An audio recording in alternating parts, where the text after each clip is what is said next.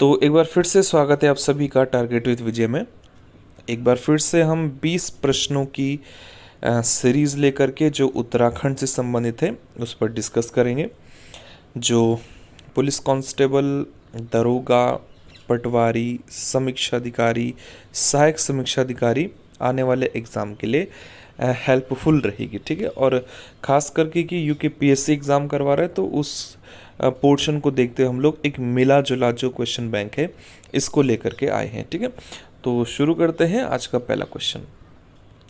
Question number first है कि राज्य में शीत ऋतु के लिए किस शब्द का प्रयोग किया जाता है। तो शीत ऋतु यानी जो आपके सर्दियों का समय है उसके लिए उत्तराखंड में ये 4 ऑप्शन दिए हैं। इनमें से किस शब्द का प्रयोग करते हैं, ऑप्शन देख लेते हैं। रूरी, यूंद, खरसाऊ या बसग्याल।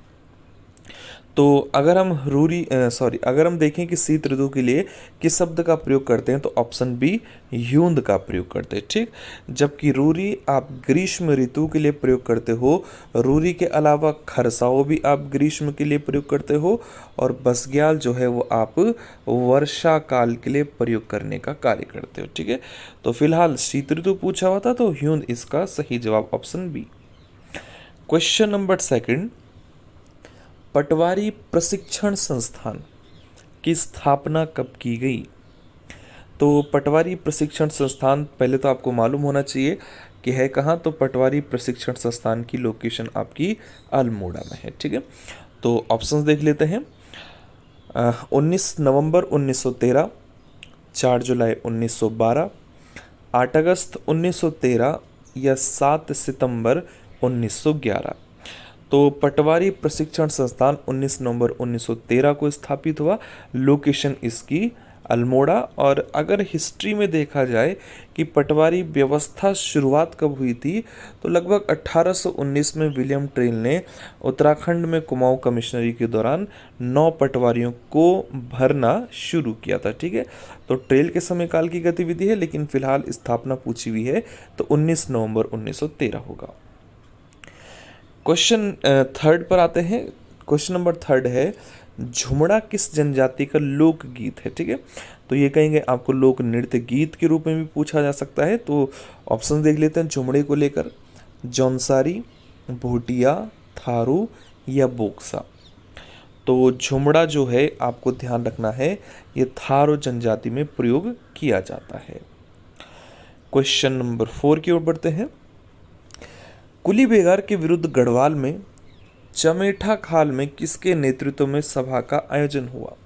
तो जब 1921 का कुली बेगार आंदोलन चल रहा था तो उत्तराखंड की अलग अलग जगहों पर अलग अलग व्यक्तियों के द्वारा सभाओं का नेतृत्व किया जा रहा था। फिलहाल चमेठा काल को लेकर के प्रश्न है कि यहाँ पर किसने नेतृत्व किया। ऑप्शन है गोविंद वल्लभ पंत, प्रताप सिंह नेगी, इंद्रमणि बडोनी या बैरिस्टर मुकंदी लाल। तो चमेठा काल में ध्यान रखना आप लोगों ने कि मुकंदी लाल के नेतृत्व में एक सभा का आयोजन किया गया था।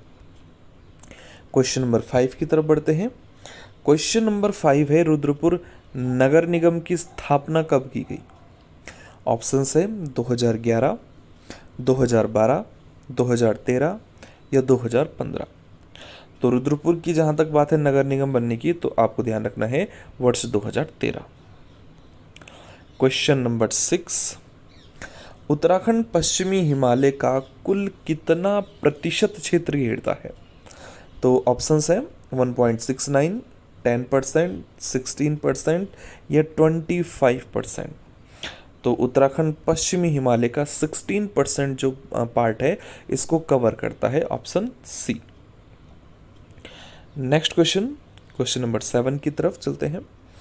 चैती मेला काशीपुर में राज्य की कौन सी जनजाति बढ़ चढ़ करके हिस्सा लेती है। तो आपने ध्यान रखना कि जो चैती मेला है वो काशीपुर उधम सिंह नगर में लगता है और जो अवसर है इसके लगने का तो ये चैत्र मास के दौरान इसका आयोजन होता है। ऑप्शन देखते हैं कि कौन सी जनजाति को लेकर के है। जौनसारी, भोटिया, बोक्सा या थारू। तो चैती मेला काशीपुर में बोक्सा जनजाति आपको ध्यान रखना है बढ़ चढ़ करके हिस्सा लेती है, ऑप्शन सी सही जवाब होगा। क्वेश्चन नंबर 8 देखते हैं। सर्वदलीय गढ़वाल सर्वदलित परिषद, ठीक है मैं फिर से रिपीट कर दूं, गढ़वाल सर्वदलित परिषद का गठन कब हुआ।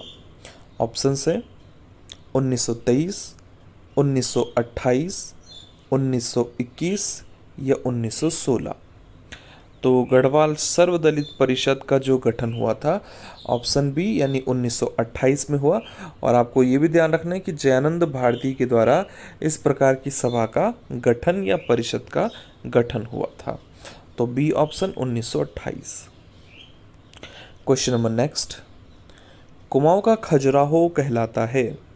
तो इन चार ऑप्शनों में से कोई एक ऑप्शन जिसको कि कुमाऊं का खजुराहो कहते हैं, ऑप्शन देख लेते हैं।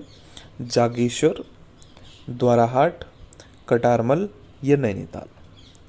तो कुमाऊं के खजुराहो की स्थिति में आ जाते हैं ऑप्शन बी द्वाराहाट। चलिए क्वेश्चन नंबर 10, निम्न में से किस बुग्याल को 2019 में ट्रैक ऑफ द ईयर घोषित किया गया था। तो ऑप्शन है वेदिनी बुग्याल, दयारा बुग्याल, देवक्यारा बुग्याल या कैला बुग्याल। तो जिसे 2019 में आपने ट्रैक ऑफ द ईयर घोषित किया था वो ऑप्शन सी देवक्यारा बुग्याल है। और देवक्यारा बुग्याल है कहाँ, तो आपको ध्यान रखना है ये स्थिति उत्तरकाशी को दर्शाता है। तो ऑप्शन सी सही जवाब होगा। क्वेश्चन नंबर 11 देखते हैं, ऋषिकेश से कर्णप्रयाग के मध्य रेलवे लाइन का सर्वे किसने किया था। तो महत्वपूर्ण क्वेश्चनों में से एक है ऋषिकेश कर्णप्रयाग रेलवे लाइन का सर्वे। तो पहली बार जो हुआ था, ठीक है। ऑप्शन नंबर देखते हैं, ए ग्लिन, बी ट्रेल, सी रेमजे या डी क्ले। तो जिसने इनमें ऋषिकेश से कर्णप्रयाग के बीच रेलवे लाइन का सर्वे किया था वो ध्यान रखना ऑप्शन डी क्ले के द्वारा हुआ था। तो क्ले इसका सही जवाब। क्वेश्चन नंबर 12 देखते हैं, सिलगाड और लंगूरगाड, ठीक है, दो स्थानीय नदियां हैं, इनके संगम पर बताने की राज्य का कौन सा ऐतिहासिक नगर बसा हुआ है। ऑप्शन है नरेंद्र नगर, कोटद्वार, लैंसडाउन या दुगड्डा। तो ध्यान रखना कि सिलगाड और लंगूरगाड के संगम पर ऑप्शन डी दुगड्डा स्थित पड़ता है। क्वेश्चन नंबर 13 पर चलते हैं, टिहरी में एंग्लो वर्नाकुलर मिडिल स्कूल की स्थापना किसने की। तो बताने कि टिहरी में एंग्लो वर्नाकुलर मिडिल स्कूल बनाने वाला व्यक्ति कौन था। ऑप्शन है कीर्ति शाह, सुदर्शन शाह, प्रताप शाह या नरेंद्र शाह। तो टिहरी में एंग्लो वर्नाकुलर स्कूल बनाने का काम प्रताप शाह ने किया था। इसी स्कूल को प्रताप स्कूल कहते हैं और यहीं से ही टिहरी में पहली बार अंग्रेजी शिक्षा की नींव पड़नी शुरू हुई थी। चलिए अगला क्वेश्चन, क्वेश्चन नंबर 14, राज्य में पर्वतजन सम्मान, ठीक है। तो उत्तराखंड में एक सम्मान दिया जाता है जिसको पर्वतजन नाम या टाइटल मिला है। तो बताने कि ये सम्मान किस क्षेत्र में दिया जाता है उत्तराखंड में। ऑप्शंस है पत्रकारिता, पर्यावरण, खेल जगत या साहित्य। तो इसका जो सही जवाब होगा ऑप्शन बी पर्यावरण होगा। अगर आपने पत्रकारिता सही जवाब लगाया है तो आप गलत हो, ठीक है। तो इसका अगर प्योर क्वेश्चन का आंसर देखा जाए तो बी ऑप्शन पर्यावरण होगा। क्वेश्चन नंबर 15 देखते हैं, राज्य में जैव विविधता बोर्ड का गठन कब हुआ था। उत्तराखंड में बायोडाइवर्सिटी बोर्ड की जो स्थापना है उसको लेकर के प्रश्न है। ऑप्शन है 2000, 2002, 2004 या 2006। तो बायोडाइवर्सिटी बोर्ड की स्थापना ऑप्शन डी 2006 में स्थापित हुआ था। क्वेश्चन नंबर 16 पर बढ़ते हैं, दरबान सिंह नेगी पहले विश्व युद्ध में निम्न में से कौन से युद्ध में शामिल हुए थे।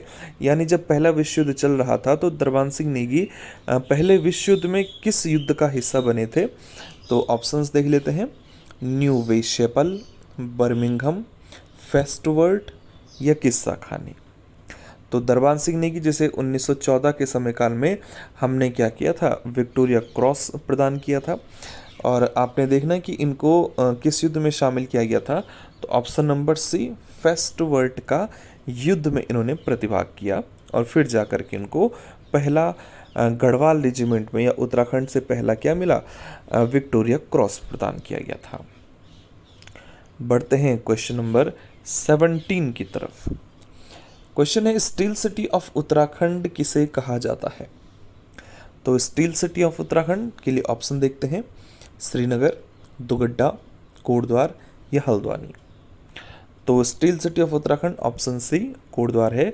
और कोटद्वार के प्राचीन नाम को भी आपको मालूम होना चाहिए, मोरध्वज इस क्षेत्र को प्राचीन काल में कहा जाता था। तो कोटद्वार सही जवाब होगा। क्वेश्चन नंबर 18 देखते हैं, सुंदरलाल बहुगुणा को किस वर्ष पद्म विभूषण प्रदान किया गया था? तो क्वेश्चन के ऑप्शंस देख लेते हैं पद्म विभूषण को लेकर के, 1981, 1985, 2005 या 2009। तो पद्म विभूषण सुंदरलाल बहुगुणा को ऑप्शन डी 2009 में प्रदान किया गया था। क्वेश्चन नंबर 19 पर चलते हैं, निम्न में से राज्य का वह मेला जिसे ई सोरमेन ओकले की पुस्तक होली हिमालय में सबसे पवित्र व सबसे प्राचीन मेला बताया गया है।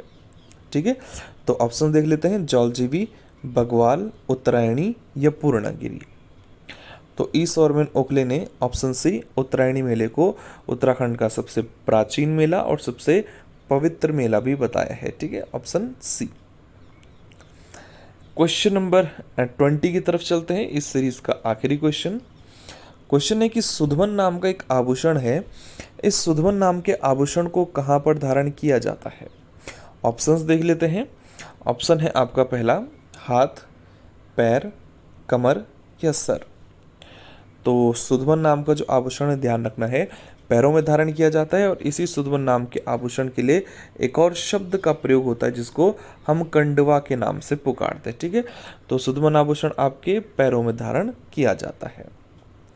तो ये कुल टॉप 20 क्वेश्चन थे आज के, जो कि आने वाले एग्जाम के एक तरीके से प्रैक्टिस सेट को लेकर के आप इसको रिकवर कर सकते हो। ठीक है, तो फिलहाल इतना ही, आगे दूसरी सीरीज आएगी उसमें डिस्कस करते हैं।